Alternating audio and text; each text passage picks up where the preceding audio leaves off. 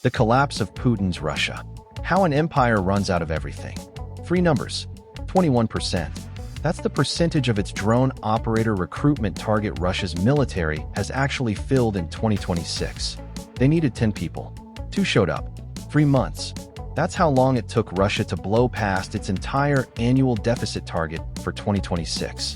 By the end of March, they'd already exceeded what they budgeted to lose all year. 78 regions.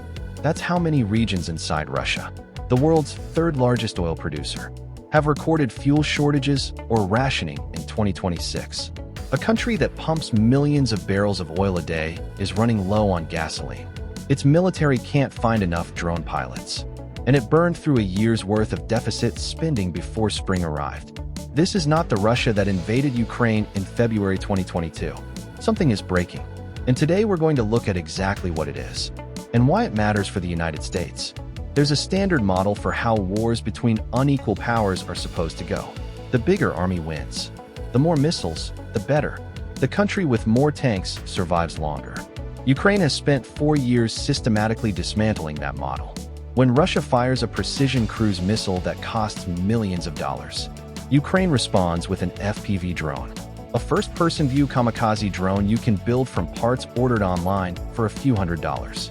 These drones, operated by someone with a gaming controller, are destroying Russian tanks worth millions. As of 2026, Ukraine holds a 1.5 to 1 operational advantage over Russia in FPV drone sorties. In financial terms, the exchange ratio is almost absurd. Weapons costing hundreds of dollars are eliminating weapons costing hundreds of thousands or millions. Military analysts call this asymmetric cost exchange. In plain terms, Ukraine is fighting cheap and winning expensive. But the drone itself isn't Ukraine's real advantage. The process that builds and improves the drone is. Russia's military procurement is a classic Soviet legacy bureaucracy. New weapon system? That requires ministry approval, budget allocation, procurement cycles, testing, and deployment. A process that can take months to years. If a frontline soldier reports that a particular drone model is vulnerable to Russian jamming, the feedback loop to actually fix it is painfully slow. Ukraine built something different. A direct pipeline between civilian developers, tech startups, and frontline soldiers. A problem surfaces at the front on Monday. The developer hears about it Tuesday. A fix ships Friday, when Russia upgraded its electronic warfare, jamming drone signals to knock them off course. Ukraine responded with 2 adaptations in rapid succession. First, AI-powered autonomous targeting systems that identify and track targets without needing a live signal. Then fiber-optic tethered drones, physically wired to the operator, completely immune to radio jamming. Russia counters. Ukraine adapts, then adapts again. The cycle runs faster than Russia can keep up with. Here's one of the more remarkable military facts of this war. Ukraine doesn't have a navy. It lost most of what it had in the early weeks of the invasion. Russia has the Black Sea Fleet, a substantial force that was supposed to project power and control the region's key waterway. Ukraine now controls the Black Sea, using Magura V-5 and similar unmanned surface vessels, essentially seaborne suicide drones. Ukraine has sunk or disabled a significant portion of Russia's Black Sea Fleet. A country without ships defeated a country with ships at sea. And then Ukraine went deeper. The Middle Strike drone campaign targets Russian logistics infrastructure 200 kilometers or more behind the front lines. Fuel depots, command posts, ammunition storage, oil refineries. The goal isn't to win battles at the front. It's to make it impossible for Russia to supply those battles. Hit a refinery, and there's less fuel. Less fuel means slower tank movements, reduced logistics capacity, constrained operational tempo. You don't defeat the army directly. You starve it. From an American perspective, Ukraine's approach is a proof of concept with enormous implications. The U.S. military spends enormous sums on high-end platforms. Aircraft carriers, F-35s, long-range missiles.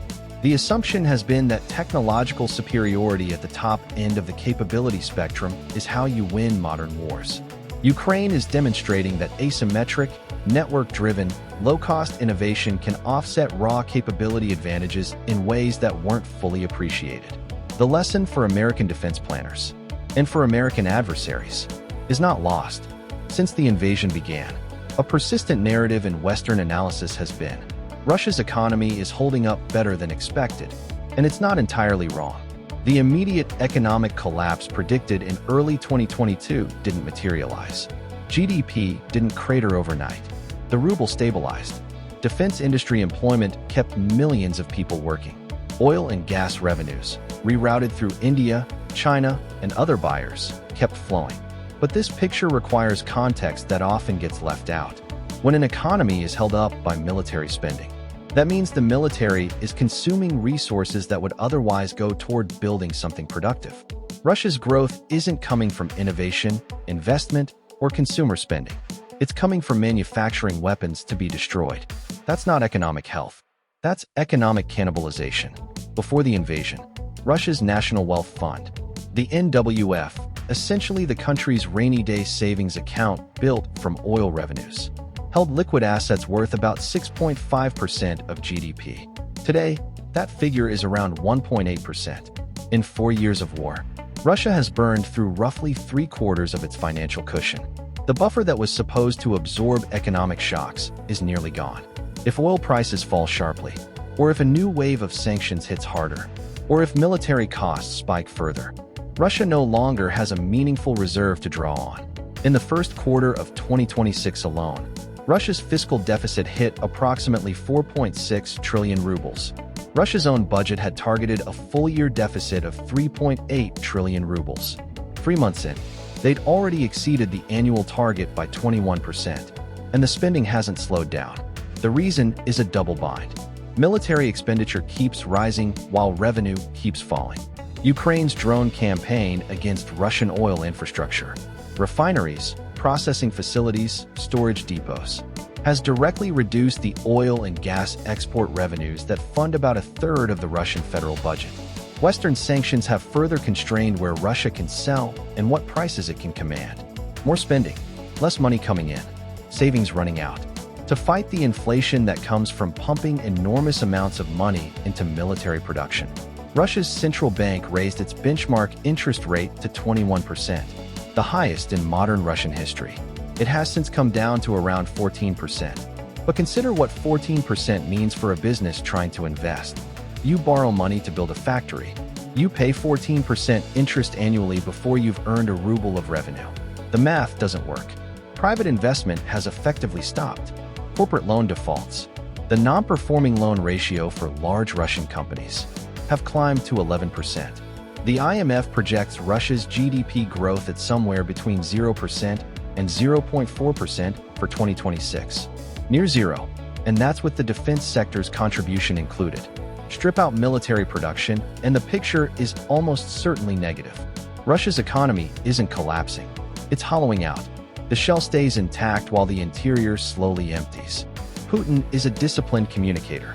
His public statements are calibrated to project control and inevitability. The special military operation is proceeding as planned. Western sanctions have made Russia stronger. The drone strikes on refineries are not a serious problem. The numbers say otherwise. Wars run on soldiers, and Russia is running out of them in a very specific way. The battlefield casualties have been severe. Ukrainian and Western intelligence estimates suggest Russian losses in killed and wounded well into the hundreds of thousands over 4 years. Alongside that, the wave of emigration that followed the 2022 mobilization order drained Russia of a significant portion of its educated, technically skilled workforce. Engineers, developers, doctors, researchers. The people Russia needs to run a modern economy and a modern military, left in large numbers. The result is a labor shortage that's now appearing across almost every sector simultaneously. Defense factories need workers. Agriculture needs workers. The service economy needs workers. The front line needs soldiers. Everyone is competing for a shrinking pool. The drone operator recruitment failure crystallizes this problem. Russia's military set targets for filling drone unit contracts in 2026. As of the latest available data, they've filled 21% of those targets. Roughly 14,500 of the needed personnel, and the people they do recruit are being neutralized faster than they can be trained and deployed. You can build drones faster than people. You can't train drone operators faster than they're being lost.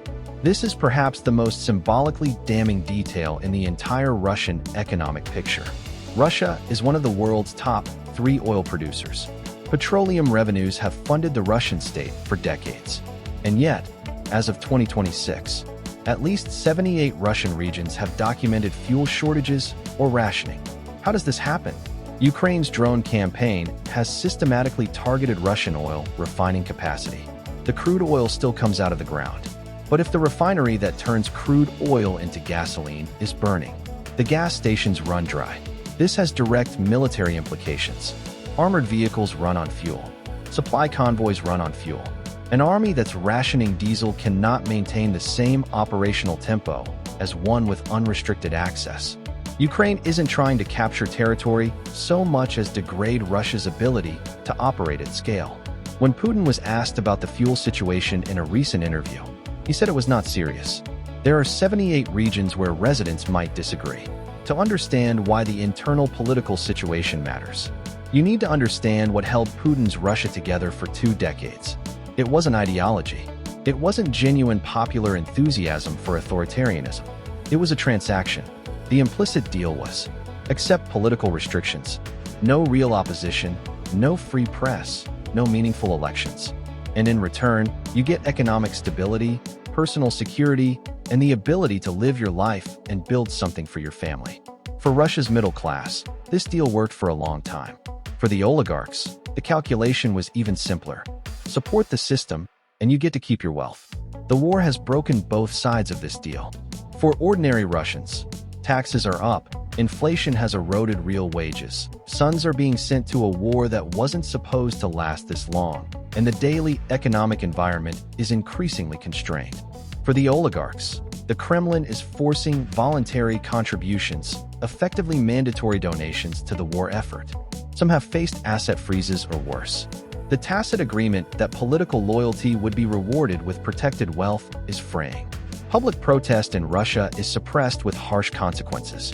So the discontent isn't visible on the streets, but it's measurable in other ways. In immigration rates, in private economic behavior, in the careful language of elite figures who no longer speak of the war with the enthusiasm they once performed. Authoritarian systems don't usually fall from external pressure alone. They fall when internal coalitions, the elites, the security services, the regional power brokers, decide that loyalty to the current leader costs more than it's worth. That calculation hasn't flipped yet, but the variables are moving. Collapse doesn't announce itself. In 2008, the financial system showed warning signs for months before Lehman Brothers fell. Most people were surprised anyway. In 1991, the Soviet Union had been economically and politically deteriorating for a decade before the flag came down over the Kremlin. When it happened, it still felt sudden to many observers. Collapse rarely looks like collapse until it's already happened. The structure holds, and holds, and holds, and then doesn't. Let's lay out what we actually know about Russia's situation right now. The sovereign wealth fund has dropped from 6.5% of GDP to 1.8%.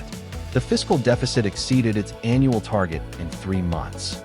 Interest rates have been running at 14 to 21%, freezing private investment. Corporate non-performing loans are at 11%. GDP growth is projected near zero. Drone operator recruitment is at 21% of target. 78 regions are recording fuel shortages. The military's casualty rate exceeds its replenishment rate in key categories. And on the other side of the front line, Ukraine is iterating on drone technology weekly, targeting the logistics infrastructure that keeps Russian operations running, and doing it all with a fraction of Russia's resources. None of these data points, taken individually, means Russia is about to collapse. Taken together, they describe a system under compounding stress with diminishing capacity to absorb further shocks. For American viewers, this isn't just a war to watch from a distance. The U.S. has provided substantial military and economic assistance to Ukraine. That assistance is politically contested domestically, and the debate over its continuation is ongoing. The question of whether that investment is working is directly relevant to American policy. The evidence suggests it is working, not in the sense of a decisive military victory on a specific timeline, but in the sense that Ukraine has successfully imposed enormous costs on Russia across military, economic, and political dimensions. The strategy of supporting a smaller ally's asymmetric capabilities to bleed a larger adversary is, by most measurable indicators, producing results. The alternative, allowing Russia to consolidate control over Ukraine, would validate the use of military force to redraw borders in Europe, embolden other revisionist powers elsewhere, and undermine the alliance structures that have underwritten American strategic interests for 8 decades. That's the actual stakes of the numbers we've been talking about. The honest answer is, we don't know the timeline. Russia has demonstrated more resilience than many predicted in 2022. Putin has survived internal challenges, most notably the Wagner Group mutiny, that might have destabilized other leaders. The system's capacity to suppress dissent, control information, and maintain surface-level stability should not be underestimated. But the structural deterioration is real and documented. The question isn't whether Russia can continue in its current trajectory indefinitely. It can't. The question is when and how the adjustment comes, and whether it's a managed transition, a sudden collapse, or something else entirely. What Ukraine has demonstrated is that the outcome of this contest is not predetermined. The larger, more nuclear-armed, resource-rich power is not automatically going to win. Strategy, innovation, and the will to fight matter. The story of this war is not primarily about geopolitics or ideology. It's about 2 very different ways of organizing a military, an economy, and a society, and which one is proving more durable under sustained pressure. One side is rigid, centralized, dependent on depleting reserves of money, manpower, and fuel. The other is adaptive, networked, and finding ways to do more with less. The numbers are pointing in one direction. Empires don't lose wars.